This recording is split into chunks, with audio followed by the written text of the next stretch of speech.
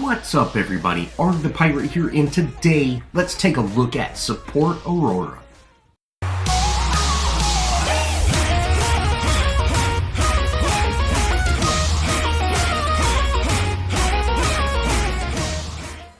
First, let's go over the deck that I used. I picked up Centurion, a Bump Juice, a Health Potion, a Health Token, and a Strike Token. Now let's get into the meat of this deck. Start off with a Circlet of Health and then followed up by a Sage's Ward, then upgrade your Circlet of Health. Next, get a 7-point Quenching Scales, all health, and then your Barrier of Will with 4 points in Guard. Then you want to follow up with a 6-point Adamant Edge with 2 in power. Next, go into your Tuned Barrier with 4 points in Barrier, 3 points in health. Then an Elder Mage Amulet with 4 points in health, followed by an Adamant Edge with 6 points in power, 2 in health. Then upgrade Sage's Ward with 5 points in power and 2 in health. Now let's get into some gameplay. Now I don't typically play Aurora, especially playing her as a support. She does fairly well in the off lane, and she's probably one of the best engagers in the game by not only, really kind of isolating the whole team, but she does a significant amount of damage with her ultimate. Now I'm going to briefly go over her abilities just in case you're unfamiliar. Her circle is Horrorfrost, which is a circle of frost that stops enemies or roots enemies when it hits them and deals damage. If you actually don't hit the little frost ring, you don't take any damage. So if Aurora uses it and you're inside the circle, as long as you don't back out, you won't receive that damage. Her square ability is Glacial Charge. Now Glacial Charge starts out at a 1200 unit range and goes up to 1500 at max level. And it can traverse terrain, so you can use it to jump over ledges in a sense. And it provides an ice path for people to walk on.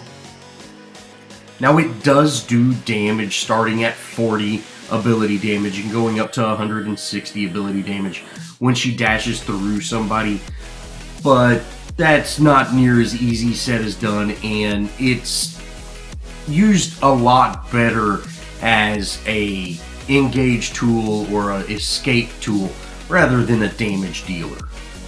Frozen Simulacrum is her Ice Clone ability, or R1, and it's really just an escape tool. She can use it, and let's say Gadget sticks you with a bomb, you can use that to really target your Ice Clone instead of it actually targeting you. Same with Morgesh. Morgesh's ult will end up hitting your Ice Clone instead of you if you use it just at the right time. Cryoseism is her ultimate, which I'll go ahead and read it word for word what it says, but it's kind of one of those things you need to see it to really fully understand. But Aurora freezes an area, applying a minus 300 attack speed and movement speed to all enemies for 1.5 seconds. After 2 seconds, the ice on the enemies explodes, stunning the targets for 1 second, causing 160, 200, and 240 ability damage in a small AoE area around the target. Enemies inside the exploding AoE will have a new explosion applied to them. This basically means when she first uses her ultimate, you're slowed for a second and a half and then completely freeze. After a second, you will explode, and if you have any enemies close to you, this includes minions, you will freeze again and then explode, basically dealing double damage. Now, Aurora's ultimate is best used when you have a ton of enemies around you. So, if you're 5 people in a group with a minion wave, you can use your Glacial Charge, charge in there, use her ultimate, and just freeze everybody. And that's when your team can really capitalize on your engaging tool. Now, Aurora is strictly an engager. She does not offer very much for wave clear or anything like that, I would definitely recommend picking up a Thunder Cleaver if you really want to clear waves. You know, I'm playing as a support, so I'm not too interested in wave clear. I just really want to engage, you know, get a lot of health and kind of be a tank. But I would definitely say she is not the best wave clear without some sort of Thunder Cleaver. Now, her Hoarfrost and her Cryoseism are her only real attack damage dealing abilities. Like I said earlier, her Glacial Charge is meh. It does something, but it's just not the best.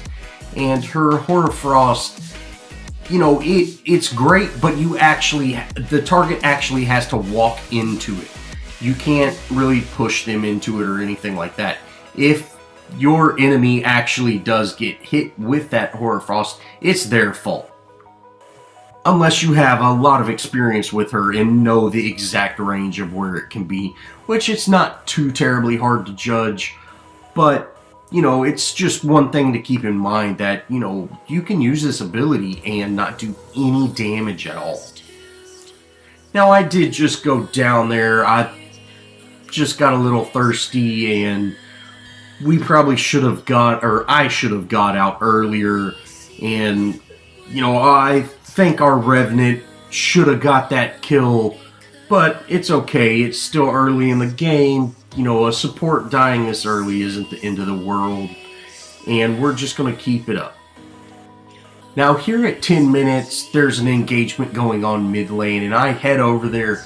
I want to make sure we get this Yin secured, so I end up jumping down, using my Hoarfrost to root her in place, and I'm not exactly even sure who got that kill, but one of us got that kill, and they end up going in on Sevarog, and I probably could have stayed in there, but I was really worried because that Morgesh, you know, I ran right past her and she marked me and hit me with her poison stuff, so I just really wanted to make sure, hey, I didn't die just to make sure we secured a kill. That would be kind of pointless. But their Sevarog is going to have to back after that, and so it's not a total loss. Now at 15 minutes in, I'm heading over to safe lane, and Kallari ends up going in on our Revenant. I try to ult to freeze him, it was just too late, but I'm going to wrap this kill up, and Chimera ends up swooping in and just absolutely destroying her. So we ended up avenging that death. You know, we lose an ADC for an offlaner, not the best, but we'll come back from this, no big deal. Now, I'm struggling to kind of really get my rhythm here with Aurora. I've had a couple of just silly deaths just because I'm not just really familiar with her, and I end up going in right here, and I thought her ultimate's range was a lot more than it was. I would have, you know, used another ability to kind of close that gap in between them and freeze both of them. Unfortunately, I'm just not completely experienced with her. But right here, Howie ends up booping face back, and I Hoarfrost her, and she lands right on that ring. We end up getting that phase kill just so effortlessly. It almost looked like I knew what I was doing. Well, we go ahead and start putting in some work on this mid lane tower. Now, one thing to note is Aurora's little ice clone will tank tower damage for you. So if you're in the tower and you end up hitting one of the enemy heroes, you can actually use your little ice clone to get rid of that tower damage and then stay in that tower. Now on 1, 4, and 5, I've done a fairly good job of supporting my team, but I am not having the sustain I would normally have with a lot of other heroes. I end up going in for my ultimate, but FaZe pulls this Yin out, so I R1 up to the top, go ahead and take her out, and then just get out of there. I might have been able to stay on that FaZe, but with Morgesh there and, you know, our team kind of already broke up, I want to get out. They do have a Kallari that's, you know, she's definitely popping up when, you know, you're not expecting it, so it's better to just play it safe, go ahead and back to the tower. I know I've been marked, and Morgish has been great at getting these I'm not expecting it ultimates. FaZe ends up coming back in and, poking me. Howie's right there. Well, she used her ultimate to get away, so it's, hey, that was just silly on her part. But I'm going to go ahead and back. Now here at 27 minutes, we finally get kind of a good combo with our ultimates. It was just to really take out a Sev with green buff, but me, Howie, Chimera, and Revenant just destroy him before he can even move. Now, I thought Kalari might have been in that because she was in that tower, but she just must have been just slightly out of range, and she ended up living through that. We put a significant amount of damage on that mid lane tower, and now we're just going to escape. Now here at 28 minutes, we have one of the best engagements of the game. Over here at Raptors, now Yin and FaZe are kind of going in on our group. They're about to take out our Chimera, but we end up collapsing on her. Now they take out Yin just crazy easy, but I want to make sure this FaZe gets out of the fight so she's not able to, heal anybody or become that nuisance. So I go ahead and just use my ultimate on her. Now I Horror Frost to keep her in, but Morgish ended up getting stuck on that too. We wrap that kill up. Now Sev is right on our Rev's heels and ends up taking him out, and I use my Horror Frost and my Glacial Charge to try to engage to get that Kalari. We ended up taking her out as well, and really the only person on their team that survives is Sevrog. So we got a 4v1 wipe right there, and hey, that's really great. Now I head back to base and just get out of the tower as quickly as possible. I want to try to go save this tier 2. Unfortunately, I'm not able to, and I'm just going to kind of try to wipe this wave up. I am on comms with a couple of guys in this match, so we're having a little bit of communication, and since I'm more of an offensive support, they can rely on me to go help clean lanes and kind of adjust lanes much more than they could if I was someone like Decker or Muriel. Now they ended up going for Prime here at about 34 minutes, and I head in there. I'm going to use my ultimate and really kill everybody, and then I realize, hey, I just used my ultimate just a minute ago and I don't have it. And that was actually my whole plan. I was going to go in there and ultimate everybody, but I completely forgot I just used it to try to save that Howie that's dead. And yeah, I just bull rushed in there. They ended up securing Prime with 2 of us down, and it's, not looking good. And then Rev ends up going down to this Kalari. But our lanes are pushed well, and, hey, defense now, no big deal. We've got a couple of downs. We might lose a tier 1 or another tier 2 or maybe even possibly both. But no big deal. We're going to come back from this. Now Yin was playing just a little too aggressive with her Orb Prime buff on, and Howie and Chimera were able to just absolutely melt her. So, Prime is definitely not a winner's, here you go, you won the game trophy kind of thing.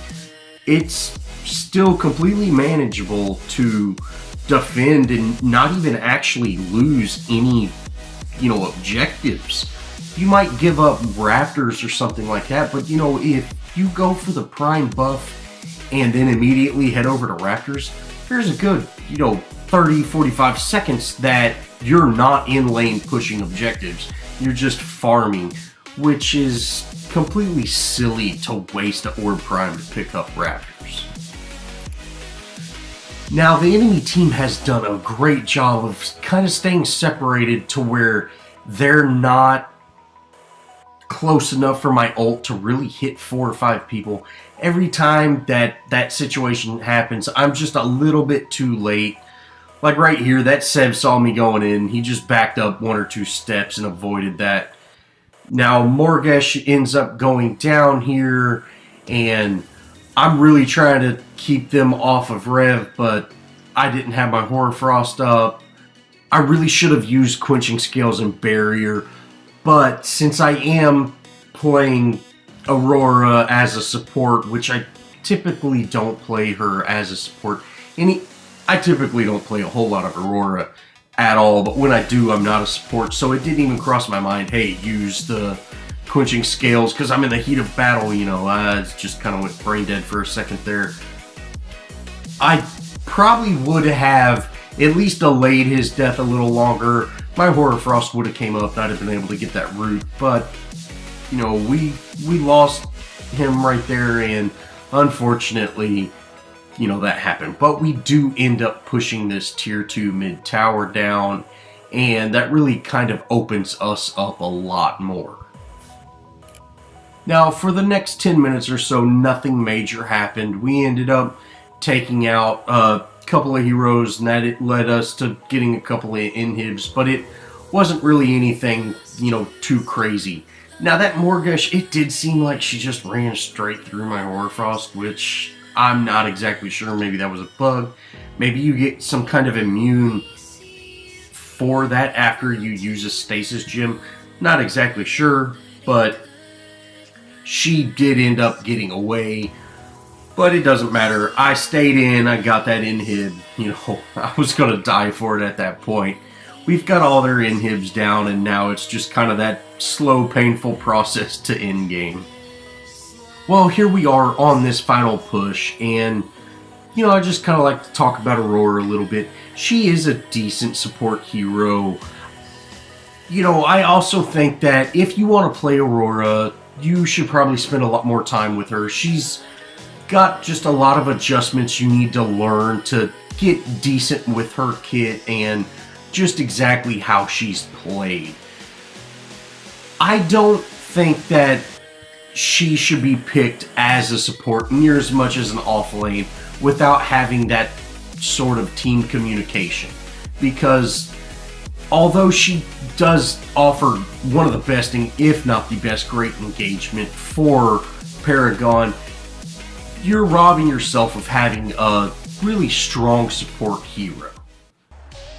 Well, if you enjoyed this video, show me some love, leave me a comment, think about subscribing, and as always, I'll see y'all in the next video.